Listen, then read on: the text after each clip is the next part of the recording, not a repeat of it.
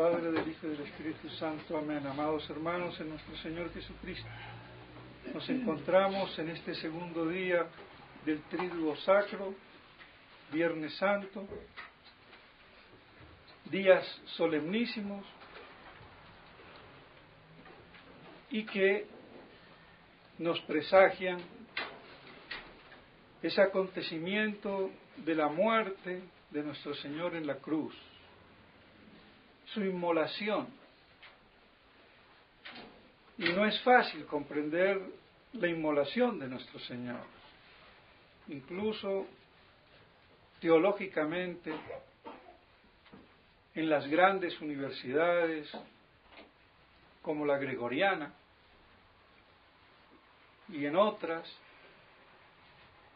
los teólogos, queriendo explicar en qué consistía la inmolación de nuestro Señor, daban diversas teorías que uno se espanta, y cómo no hay un consenso y algo concreto.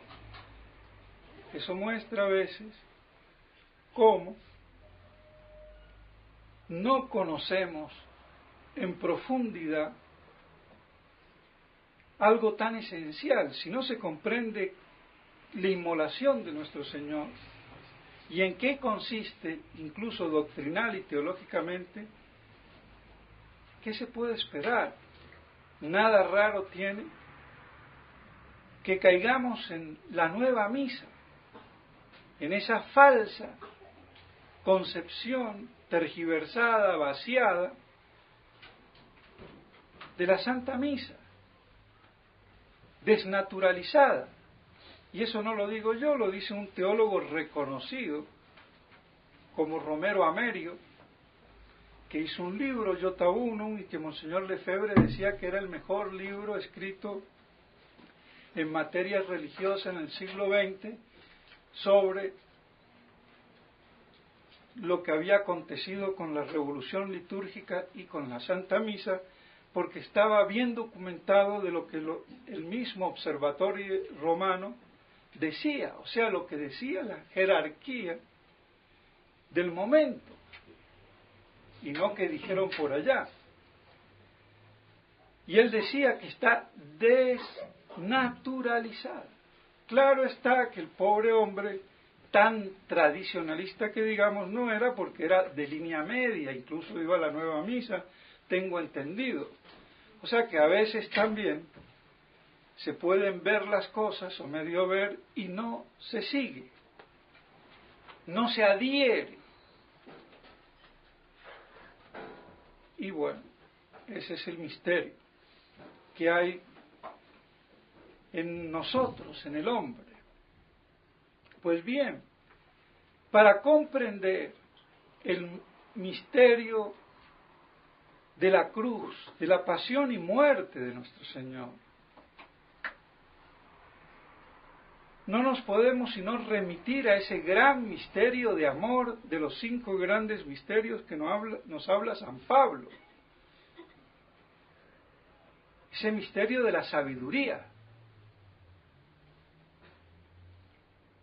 Y si no se entiende, bueno, los misterios no se entienden, pero si no barruntamos ese misterio de la sabiduría divina,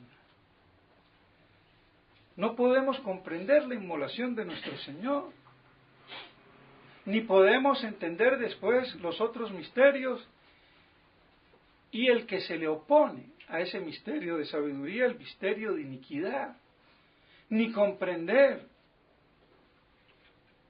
lo que pasa hoy en la Iglesia, que vemos en el desmantelamiento de anoche y ahora el altar desmantelado, el tabernáculo vacío, no hay nada. ¿Por qué? Tiene su significado. En primer lugar, porque Cristo nuestro Señor murió el día Viernes Santo, y evidentemente que si Él murió, pues tiene que estar vacío el tabernáculo. Por eso la Iglesia no quiere que se diga misa. Se podría decir, pero no quiere por eso. Pero también, como les comentaba, no es solamente la memoria de un hecho pasado, sino el valor profético que tiene toda esta liturgia. Porque si nuestro Señor mismo nos dice en los Evangelios que cuando Él vuelva encontrará si acaso fe sobre la tierra, nos habla antes de su venida parusía, que es dogma de fe, que viene una segunda vez, así como lo vieron ascender, volverá hacia el final de los tiempos apocalípticos y anunciándonos el misterio de la iniquidad en su culmen, la gran tribulación, la desolación en lugar santo, la gran y universal apostasía de las naciones de los gentiles. Entonces todo eso tiene que ver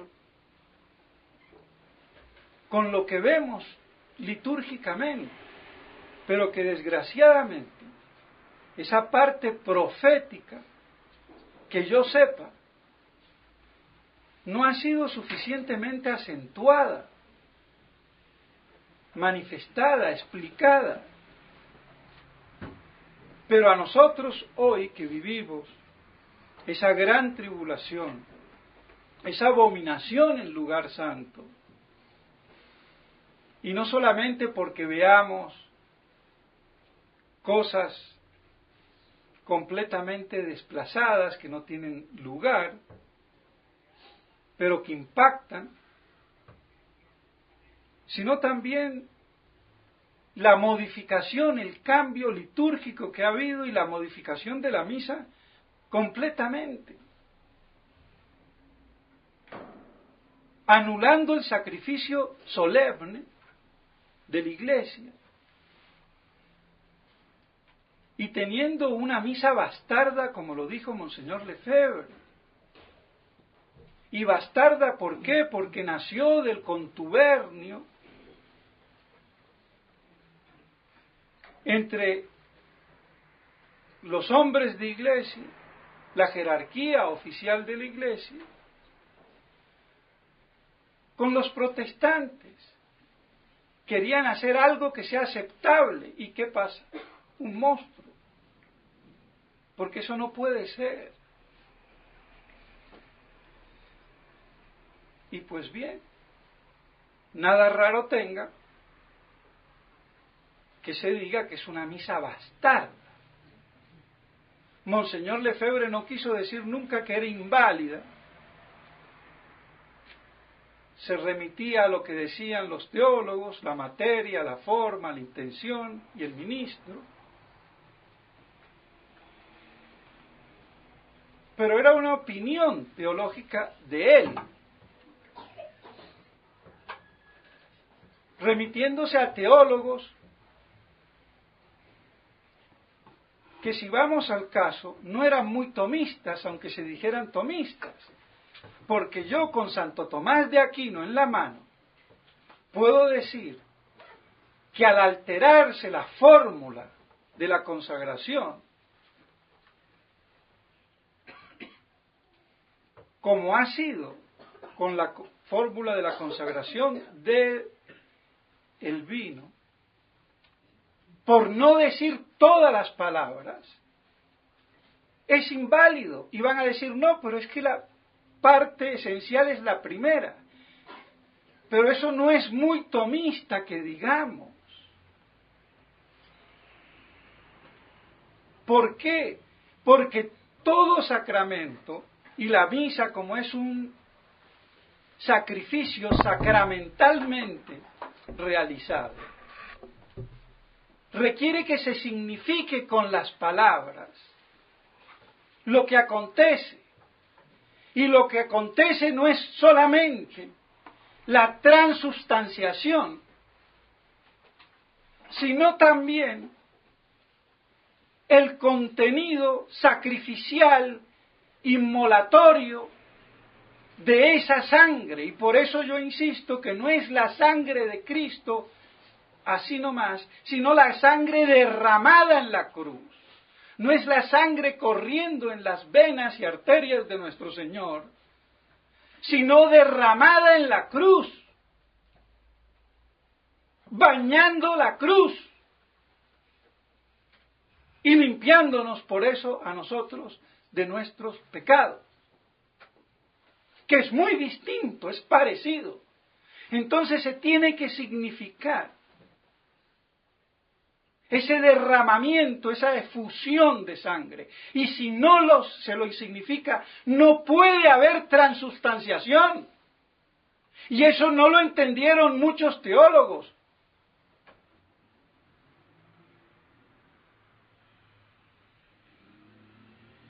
Y que se dicen tomistas. Y no digamos ya de los no tomistas. Y por eso no hay que extrañarse entonces tampoco esas divergencias que había en qué consiste la inmolación de nuestro Señor.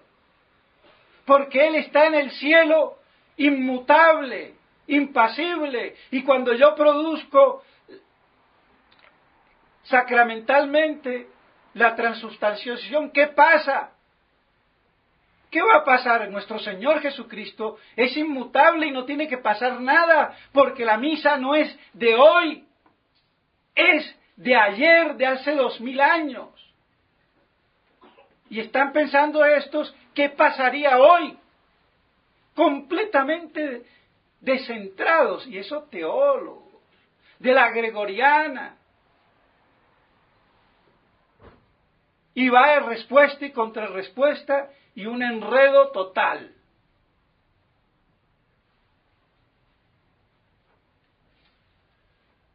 Pero no tenemos la concepción católica tomista de las cosas. Entonces yo tengo que significar, como dice Santo Tomás, en las palabras de la consagración, lo que se produce. Y por eso no es solamente las primeras palabras, sino todas las palabras. Porque se está significando la sangre derramada, y no simplemente la sangre, sino la sangre sacrificialmente derramada, inmolada. Entonces puedo decir muy tranquilamente y muy teológicamente que por esa manipulación es inválida. Le guste al que le guste y al que no, también. Y si quiere, discutamos la cosa teológica y sapiencialmente. Y la cosa no para allí nomás. También está el significado, la significación de las palabras. Es decir, no es un hecho narrativo como leímos ayer en la epístola, sino significativo, sacrificial. Entonces yo no cuento algo históricamente pasado, sino actualmente confeccionando lo que pasó. ¿Y cómo lo puedo hacer? Por el efecto, si se quiere, de ese orden sacramental que puede repetir el mismo hecho. Sacramentalmente. Entonces la significación importa. Y si yo cambio la significación de modo asertivo, la dejo en puro modo narrativo, no hay transustanciación. Y no solamente el modo, Las palabras no pueden ser equívocas y todos dicen que son equívocas. El breve examen crítico y todos los tradicionalistas y Monseñor Lefebvre incluido. Pero es que las palabras de la consagración no pueden ser equívocas, tienen que ser unívocas, determinadas. Porque si yo no las determino, no produzco la gracia que significan, porque si no significan de manera unívoca la gracia que debe de producir todo sacramento ex opere operato por la sola acción de lo realizado u operado, no hay.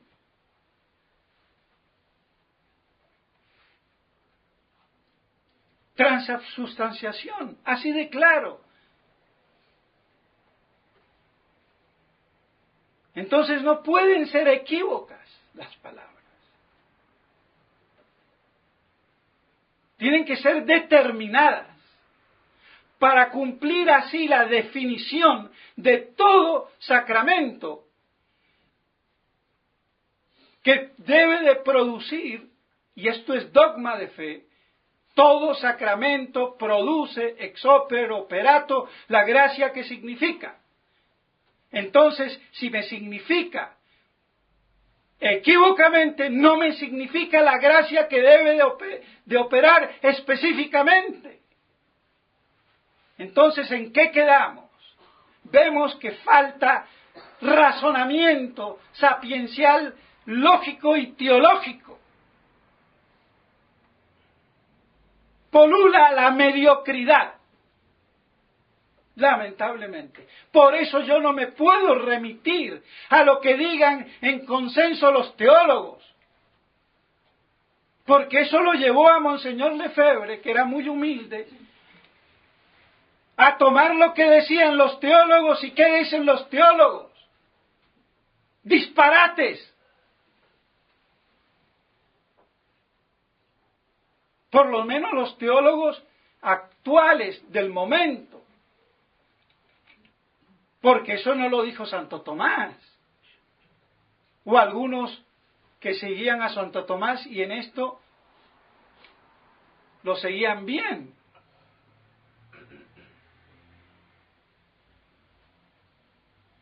Pero los tomistas y la llamada escuela tomista, incluso el padre Galigula Grant también se queda con ese error. Y sin embargo él tiene el mérito de hablarnos de la efusión sacramental. Y eso es lo que constituye la inmolación de nuestro Señor.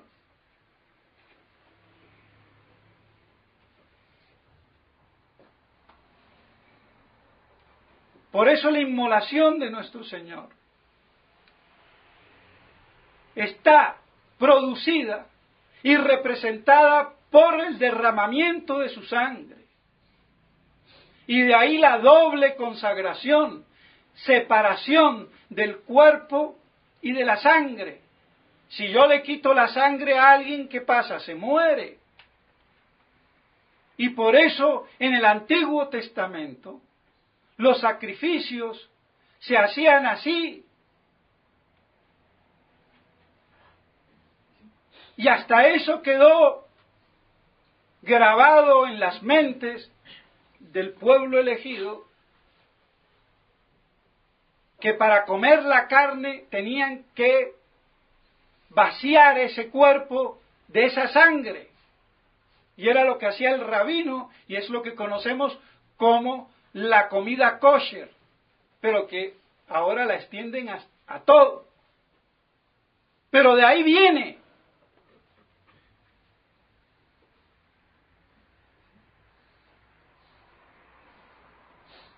Entonces, ¿cómo van a decir ahora los teólogos otra cosa? Y el que no esté de acuerdo, yo estoy en todo mi derecho a decirlo teológicamente.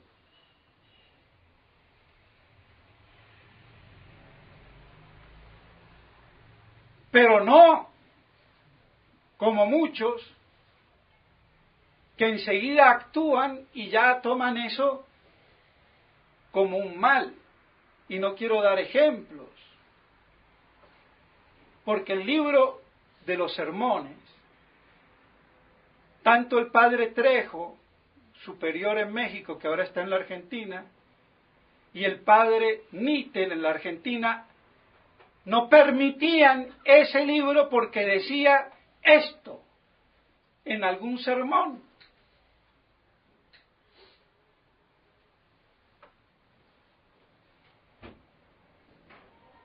Es increíble. ¿Y ellos qué dicen? Nada. Se chupan el dedo. Y esos son los superiores de distrito. ¡Qué vergüenza! Pero bueno, de todos modos entonces, para comprender esa inmolación, mis estimados hermanos, tenemos que remitirnos a la Santísima Trinidad. Porque nuestro Señor se inmola por amor. No es un masoquista. Tampoco lo cogen desprevenido.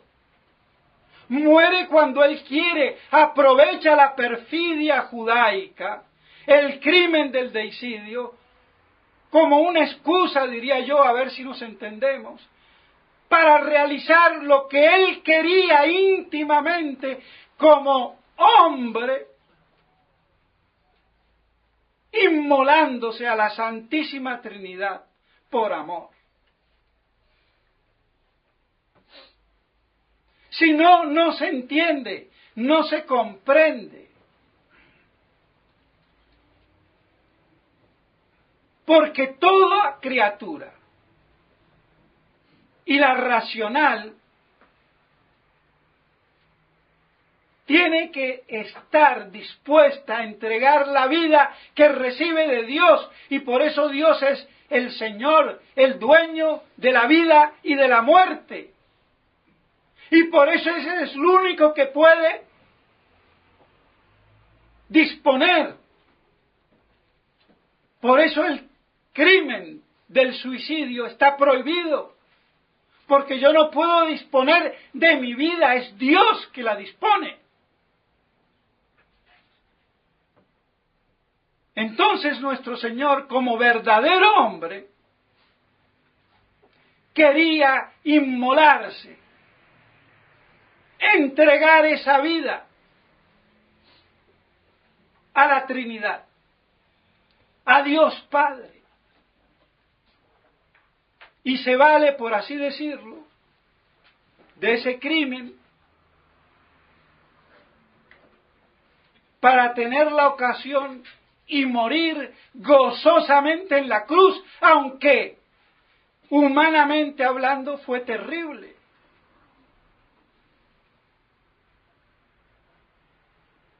Nada más pensar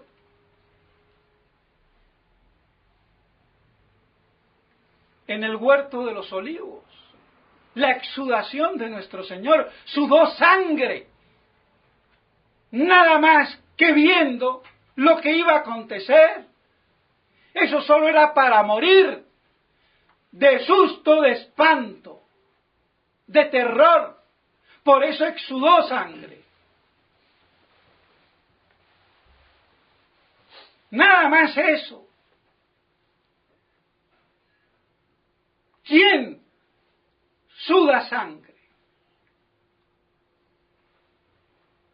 Eso nos muestra lo terrible que era nada más que la representación imaginativa, conceptual, de su pasión y de su muerte. Y no para ahí la cosa. Completamente desollado con los latigazos. Y no se diga ya la crucifixión.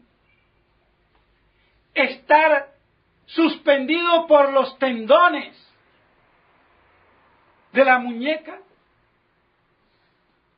y tener que flexionar un brazo para poder medio izarse, y eso está verificado en el santo lienzo por las trazas de la sangre que tienen dos direcciones, como quien dice, crucificado, y tenía que hacer flexionar un brazo para medio poder izarse y respirar, y así durante 3 horas, como si fuera poco.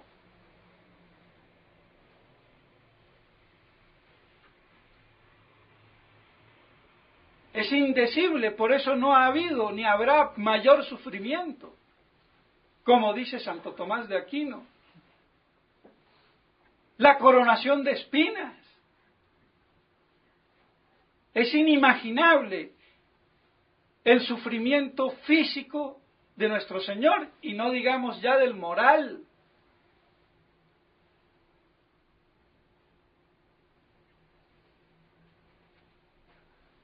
Y todo eso, en el más grande dolor, nuestro Señor lo ofrece por amor. En primer lugar, por amor a la Trinidad, al Padre el cual Él procedía. Y por eso quería inmolarse, dar su vida. Y por eso de allí toda la espiritualidad del sacrificio, de la mortificación, como un pálido reflejo de esa inmolación y de un reflejo mucho mayor de la muerte de los mártires, que por eso, derramando su sangre por amor a Dios, purgan todos sus pecados y deudas y se van derecho al cielo, sin pasar por el purgatorio.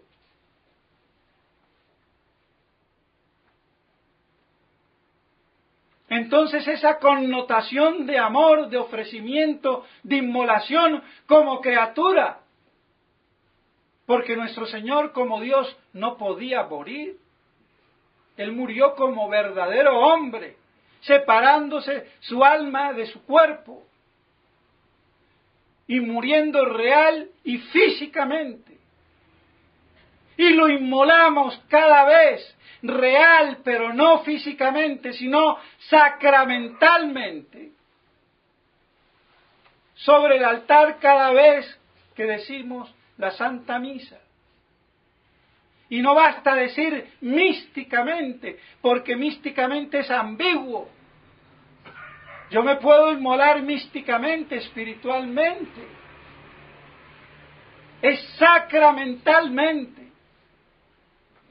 por la doble consagración, separando la sustancia de la sangre que está allí realmente presente, de la sustancia del cuerpo que está allí sacramentalmente presente, verdadera y realmente. Por eso es una muerte real, no física, sino sacramental, y no meramente mística, ni espiritual, sino real, pero incruentamente, es decir, sacramentalmente, en substancia. Son misterios, pero si se les puede dar alguna luz,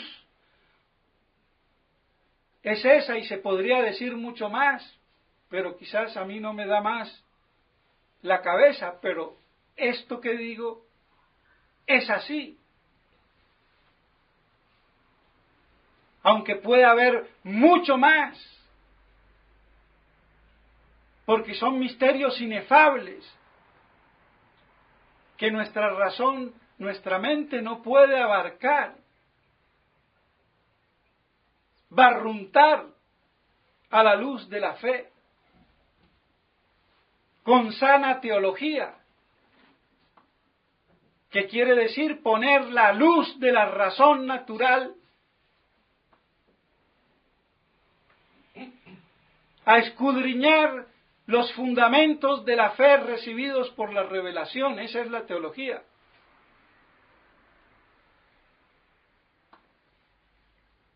Y hay un razonar, pero no sobre lo natural, sino sobre la revelación.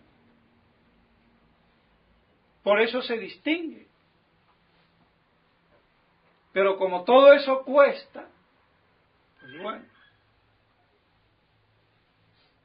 Y así entonces nuestro Señor se inmola por amor y aprovecha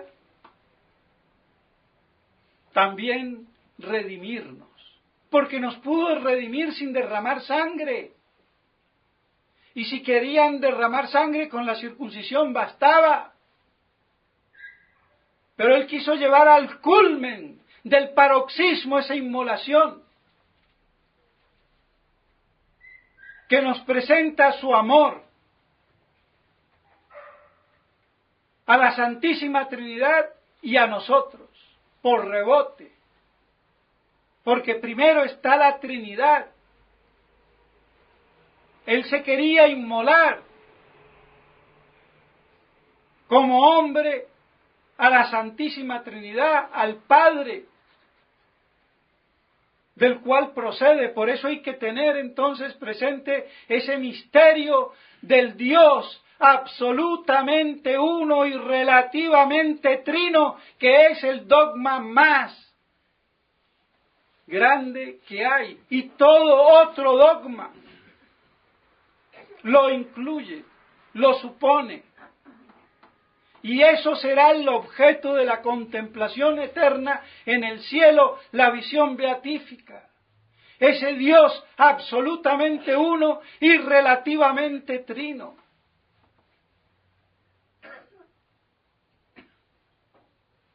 Dogma de la Santísima Trinidad. No hay tres dioses. Un solo Dios absoluto. En su naturaleza, en su esencia, en su substancia, y relativamente trino, en la Trinidad de las tres personas divinas, Padre, Hijo y Espíritu Santo.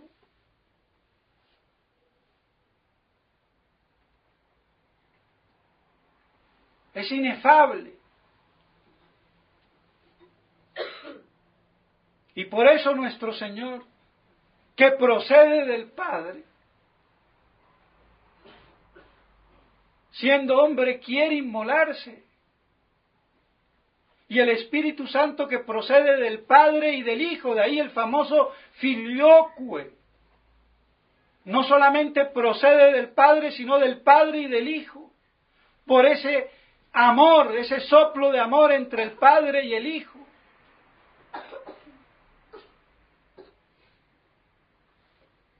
El Padre y el Hijo, que es imagen y semejanza en la naturaleza del Padre.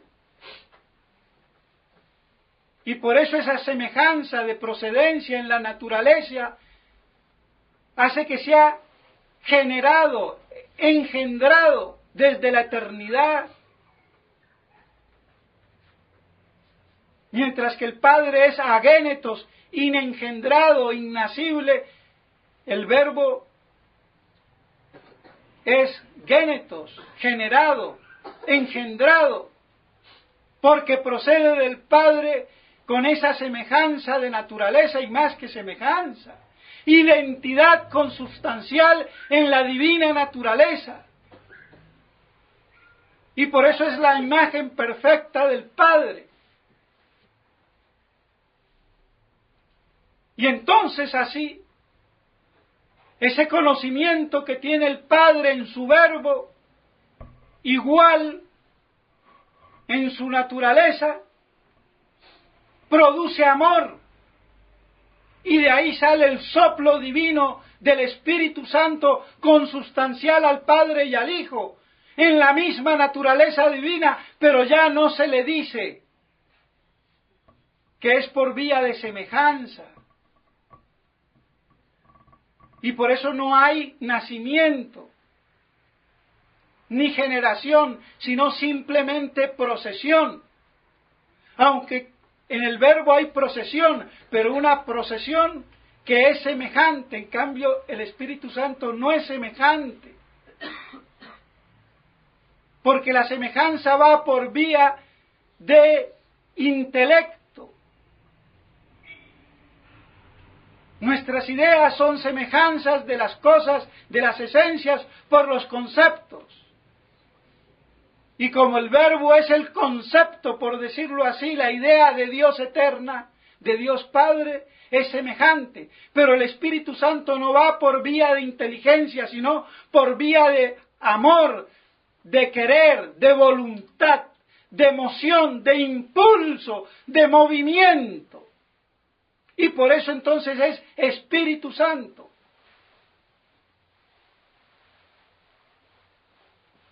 Y por eso entonces se dice que procede, sin que sea nacido o semejante, como es el Hijo. Pero todos tienen la misma y única y absoluta naturaleza divina. Y la única distinción está en esa relación de oposición de la cual procede. Porque el Padre es la fuente de toda divinidad. El Hijo procede del Padre. Y el Espíritu Santo procede del Padre y del Hijo. Y es la única diferencia. Y es una distinción real pero relativa, no es absoluta. No divide la naturaleza de Dios, ni la puede dividir.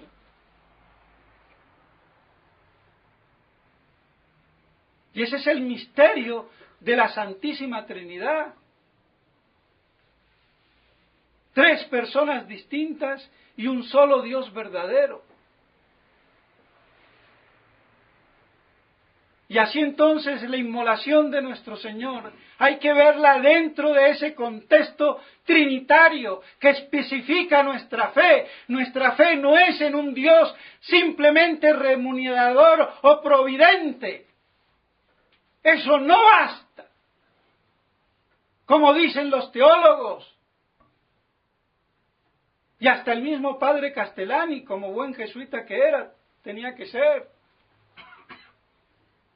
No basta. Se requiere Trinidad. Y por eso la fe de Abraham, de Isaac y de Jacob fue trinitaria, como lo dice Santo Tomás de Aquino, para que sea la misma fe específicamente hablando.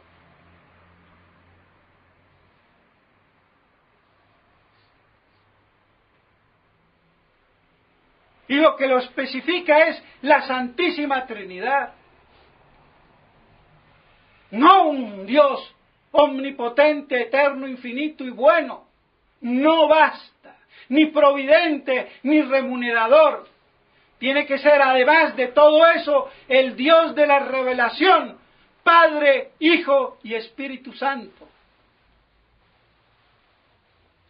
Y el que no entienda eso, perdónenme, católico no es.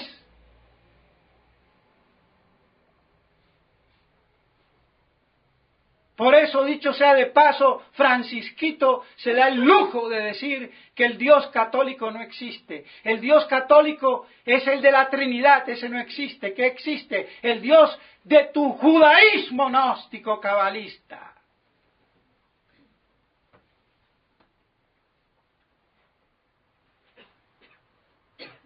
No hay términos medios. Y esto no se puede dejar pasar. Conculcamos la fe. Renunciamos a la fe del bautismo y a la confirmación de esa fe por el sacramento de la confirmación en la fe del bautismo. Por eso son unos apóstatas.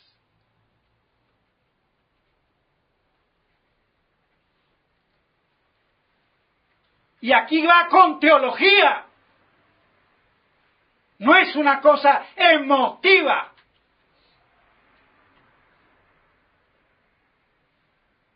Hay teología, doctrina e inteligencia.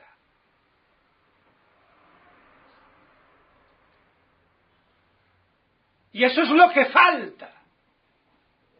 Además de la adhesión por la voluntad. Y cuando falta eso, es porque a veces faltan pantalones.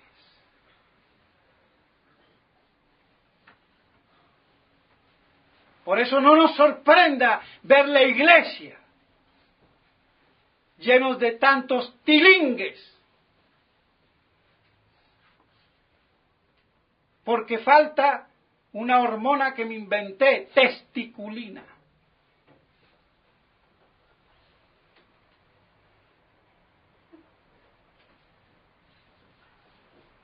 ¿A dónde están los soldados de Cristo en la confirmación?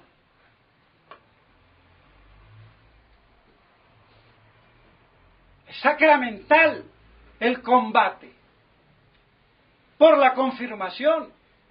Luego no estoy exagerando, estoy precisando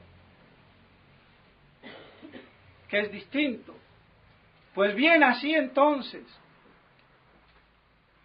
tenemos, mis estimados hermanos, que esa fe trinitaria es lo que especifica nuestra religión. Si no fuera eso, no habría problema con los judíos, con los musulmanes, ni con nadie, porque mal que bien, hasta los paganos creen en Dios. ¿Pero en qué Dios creen?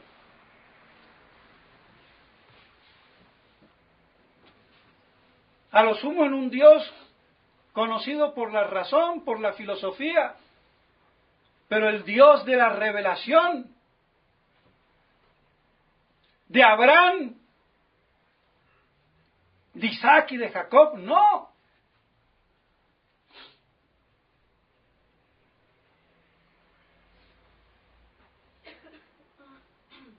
Que eso nos quede claro. Por eso no podemos decir que basta un Dios.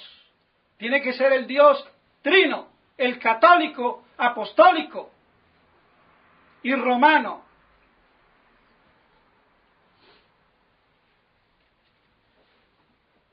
Pues bien, así entonces, mis estimados hermanos, en el día de hoy, nuestro Señor muere por amor y se inmola, y perpetúa ese amor, esa inmolación, en la Santa Misa, que es más que un sacramento. Es sacramento, pero sacrificialmente realizado.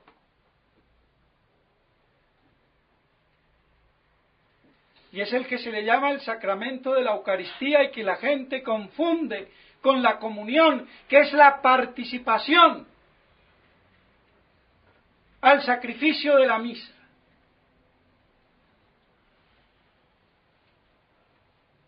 Y por eso la Santa Misa es esa expresión real, verdadera, substancial del sacrificio de la cruz, de la inmolación de nuestro Señor. Y eso ha sido destruido ya hace bastante tiempo con la nueva misa.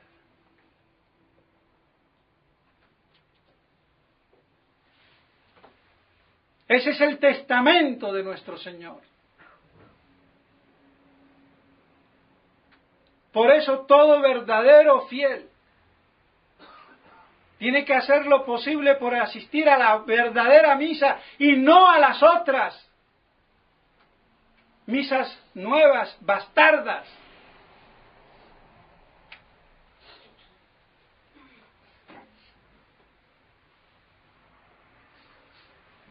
Otra cosa es que la gente se dé o no se dé cuenta. Pero no se puede adulterar el testamento de nuestro Señor, firmado con su sangre, si así se puede decir. Y así nos redime.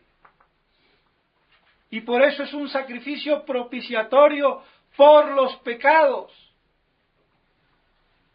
de todos los hombres, aunque sabemos que desgraciadamente no todos los hombres se salvan por ese misterio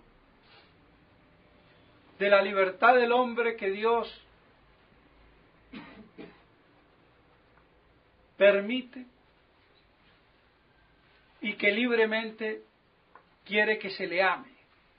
Y el que no lo ama, pues se va al infierno.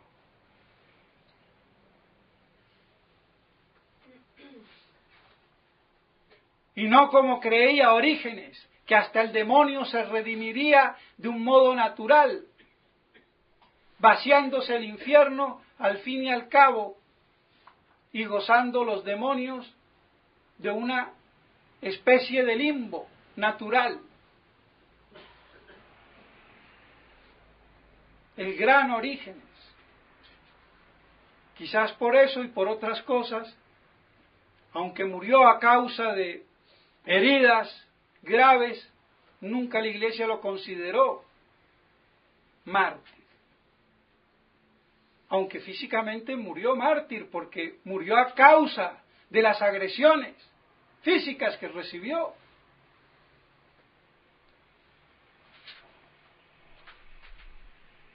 Pues bien, así entonces vemos, mis estimados hermanos, lo importante que es el sacrificio de la cruz, la pasión y muerte de nuestro Señor. Y no lo que hoy dicen que es la Pascua, la resurrección. Es la muerte. Y porque murió y es Dios, resucita por sus propios medios. No lo resucita nadie.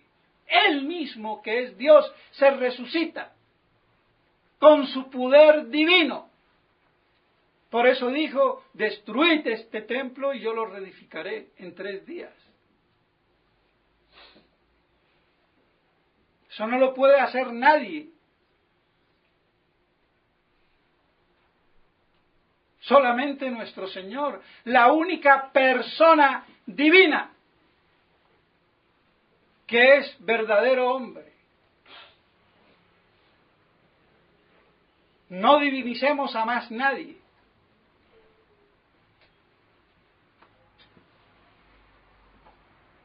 Y así Él entonces nos deja la Santa Misa, esa expresión de su amor, de su sabiduría, y más no podía ser.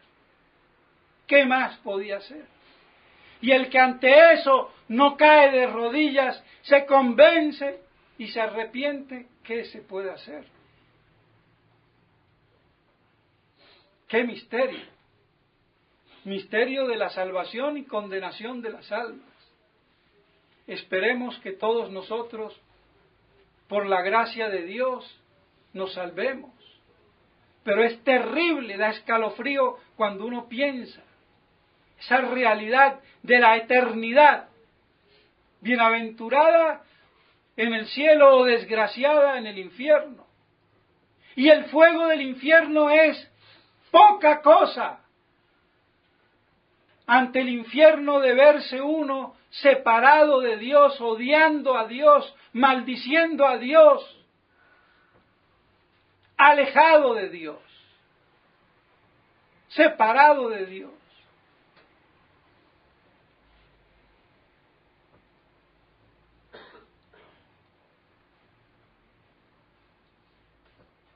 Pues bien, mis estimados hermanos, todas estas cosas la vivió Nuestra Señora, lo ofreció ahí de pie.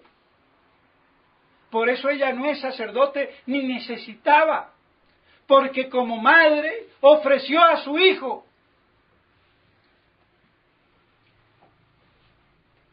¿Quién puede ofrecer a su hijo natural así? Nadie.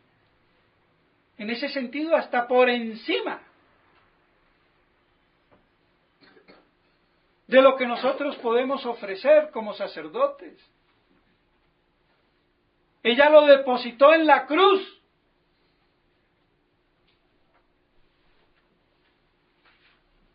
Eso no lo puede hacer nadie, ningún papa, ningún obispo, ningún cardenal, ningún sacerdote. Y eso fue lo que hizo ella, al pie de la cruz. Por eso es corredentora, y por eso es el camino más corto y más seguro, como dice San Luis María Griñón de Montfort, para ir a nuestro Señor. Por eso, mis estimados hermanos, al hablar de Cristo, vemos cómo tenemos que hablar de la Santísima Trinidad y cómo tenemos que hablar de la Santísima Virgen, que se codea con la Santísima Trinidad. Por eso no hay mejor abogada. Y por eso es también la madre de la Iglesia, al ser la madre de Cristo, que es la cabeza de la Iglesia. Y ya vemos cómo está la Iglesia desmantelada, cómo está aquí el altar, desmantelado, vacío. Y como ya se los he dicho, no solamente por lo pasado hace 2000 años, sino por lo que tendría que pasar hacia el final de los últimos tiempos apocalípticos, antes de la parusía o segunda venida de nuestro Señor, con todo el poder de su gloria y de su majestad.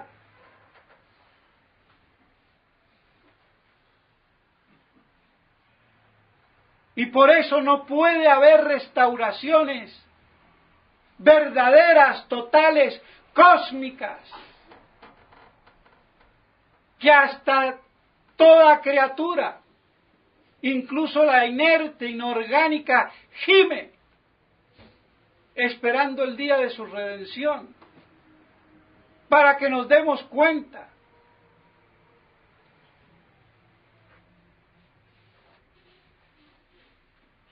Y esa restauración solamente será el día de la parusía. Por eso la Iglesia, en este estado de desmantelamiento que hay, no lo puede arreglar ningún papa, ningún cardenal, ni todos juntos. Humanamente la Iglesia está condenada, humanamente hablando. La vendrá a rescatar nuestro Señor. Y mientras tanto, ¿qué? La Iglesia reducida. Y lo demás que se dice Iglesia, la Iglesia del Anticristo. No hay términos medios. Lo lamento por aquellos que no lo vean, no lo quieran ver. Pero ahí está. Roma perderá la fe y será la sede del Anticristo. El Anticristo no está por venir, ya está. Y el anticristo religioso en primer lugar, porque el otro, el político, es de menor categoría. El que mata las almas es el religioso, no el político. Ese mata el cuerpo. Entonces esas cosas las tenemos que tener claras.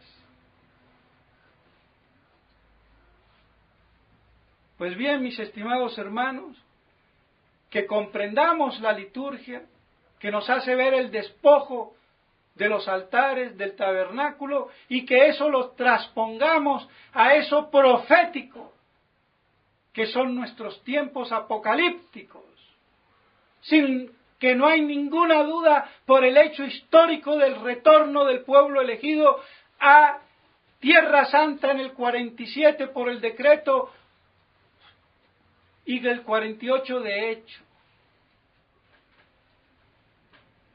Y el que lo niegue o no lo quiera ver es otra cosa. Y el reino de María, el triunfo de la Santísima Virgen María, no se distingue del triunfo de Cristo Rey. Es lo mismo. Para que no nos dejemos engañar con falsas restauraciones y triunfos